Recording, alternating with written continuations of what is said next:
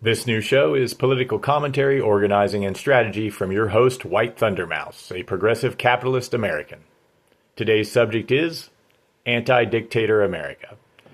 The Declaration of Independence made it official that the main purpose of the United States was to defeat the criminal dictator King George of England. Now it appears we must renew our patriotic vows and defeat another criminal dictator who is violating our constitutional rights and allowing our people to be murdered. The flag is a symbol, but the U.S. Constitution is the actual contract establishing the Democratic Republic of the United States. It is like a peace treaty between all the groups of people who founded our nation. It is intended to help us find more peaceful solutions to our national challenges. Donald Trump has broken our stable peace over and over and over. I still believe he was the main organizer of the January 6, 2020 attack on the U.S. Congress. The first day of this term, I believe Donald Trump issued an unconstitutional illegal executive order attempting to change the definition of birthright citizenship. A president does not have that power. That requires an amendment to the Constitution which does not involve the president at all. In other words, I believe he is attempting the crime of using the office of president in conspiracy to deprive U.S. citizens of their rights. Isn't that a high crime? Which is the criteria for impeachment and removal from office? Since that first day of this term, his constitutional violations and incitement of violence have accelerated. When I say Trump cartel, I mean it. Just look at this crap. Trump pardoned Juan Hernandez, the ex-president of Honduras. That guy was proven beyond a reasonable doubt to be a huge cocaine trafficker. He was convicted and imprisoned in the United States. Donald Trump helped that huge drug lord escape justice. It appears he likes drug traffickers, at least some of them. At the same time, over 100 people were killed by U.S. airstrikes on small boats that could not reach the U.S. Those people were not convicted of anything. In fact, no evidence was ever presented that they were committing the stated crimes at all, much less something that could result in a death sentence. Sounds like mafia, territorial control corruption to me. Sounds like first-degree murder with Donald Trump's authority. All done with our tax money. How convenient. The federal government can't use a state's law enforcement resources without the state's permission. Local and state authorities are not required to enforce federal law, but they do have to obey it. In Minnesota and other U.S. cities, the Immigration and Customs Enforcement Agency, ICE, has consistently crossed the legal line and violated the Fourth Amendment, which prohibits illegal search and seizure, as well as numerous court orders. They are aggressively threatening citizens and then claiming to be in danger so they can justify physical violence and arrest. This has resulted in several deaths, including U.S. citizens. The presence of undocumented immigrants in the U.S. is not near the threat to our safety that these badly trained ICE officers are causing. ICE is too corrupted by the agenda of Donald Trump. He is using them to pressure and attack states and cities who dare to disagree with him.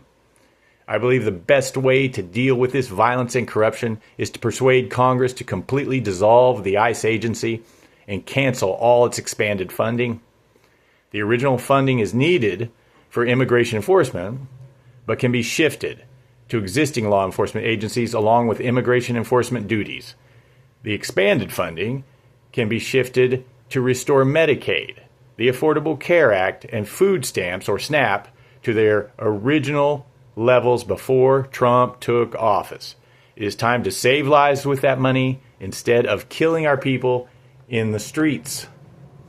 Trump and his allies are not going to leave the government easily, and probably not peacefully.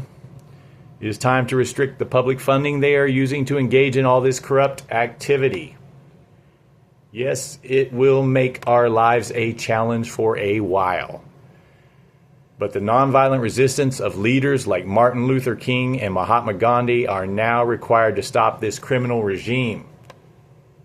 Protests are inspiring and help us pressure the government to do things, but the next level is now essential. It is time to withhold as much of our labor, commerce, and taxes as feasible. This is how we cut off the public resources to the Trump regime and the businesses who are assisting him in various ways. It is time for boycotts to stop purchasing goods and services from businesses that are found to be in some way contributing to the Trump regime and or not using their influence to push him out. It is time for labor strikes to constrict the flow of tax money and profits to the powerful people who need to feel the pressure to push the Trump regime out of power. If the corruption and abuse get worse, a tax revolt may be the result to directly stop public resources to this criminal regime. We cannot allow ourselves to be milked like peasants by an aspiring dictator. Once again, under Trump's authority, an executive branch agency, the Justice Department, is refusing to follow a law that was just passed. Please call your federal representatives and tell them that they voted for the damn Epstein Act, and now it is time to use congressional authority to hold the Justice Department in contempt of Congress for refusing to produce the Epstein files. Please demand that every photo and word be made public except the names and faces of victims who request redaction. We need to see for ourselves that all people connected to the Epstein crimes have been charged. Please call your federal representatives and demand the Justice Department show us all the files now. Of course, many other members of the Trump organization need to be punished as well. For example, I believe Hegseth, Noam, Bondi, and Stephen Miller all need to be impeached, removed, and prosecuted for conspiracy to violate civil/constitutional rights and complicity in lawless violence, including murder. I say it is finally time for our nation to make an example out of a criminal president as a warning to anyone who desires to abuse the honor of being our president. Jefferson Davis and Robert E. Lee of the Confederacy were allowed to live out their lives in comfort, even though they led the war of treason and slavery against the United States. We never properly punish the worst of our powerful criminals, and the result is that people like Donald Trump aren't scared to use and abuse our nation. Unfortunately, it is time to show those who would destroy our nation the power of our people to cause them fear. I believe Trump and many in his administration are engaged in open criminality and must be punished to salvage the credibility of the American way. It is time to sacrifice Donald Trump's freedom on the altar of equal justice for all. Donald Trump is the insurrection. Defeating people like him is the main purpose of America. Civil war is not an option. The weapons are too powerful and too plentiful in our population. We would destroy everything our families and friends have built here together over the centuries. An American civil war would be hell on earth. Civil war is not glorious at all. It is neighbors torturing, killing, raping, and destroying each other's lives and property. Furthermore, an American civil war would likely drag in other countries and start a global war that could literally threaten the survival of humanity. That does not sound fun to me. I vote no. If we reach that point, I believe it is time for a national divorce by dividing the land and resources into two or more smaller nations. Unlike the Soviet Union, it is clear that the nuclear arms would need to be divided equally between the new American nations. That way, none of the new nations could push the others around like Russia does to its neighbors who used to be part of the Soviet Union. Then the new separate American nations could live happily ever after with the threat of nuclear, mutually assured destruction till the sun goes supernova. Here in Oklahoma, we have an important vote on the ballot in the June primaries. State Question 832 will raise the Oklahoma minimum wage to $15 an hour over a few years. and then it will be continually adjusted for cost of living as determined by the Consumer Price Index, the CPI.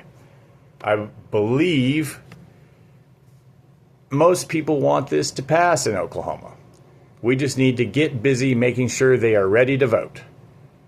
Yes, on State Question 832. It will not only reduce hardship massively for low-income workers, but it will also reduce their need for public benefits such as food stamps, SNAP. This should appeal to fiscal conservatives as well. Please get involved with the upcoming effort to pass this important state question. Last but not least, we need to remember to hold all government officials responsible if they do not help us with this struggle for the survival of America, regardless of party. I believe any candidate who opposes the basic actions and policies I have outlined should be voted out. I urge all patriotic Americans to be informed about which current officials and candidates actually support what we want. I urge y'all to contribute, volunteer, and vote for anyone who is actually supporting essential actions to advance the health, safety, and prosperity of our nation. Long live the Union. White Thunder Mouse signing out.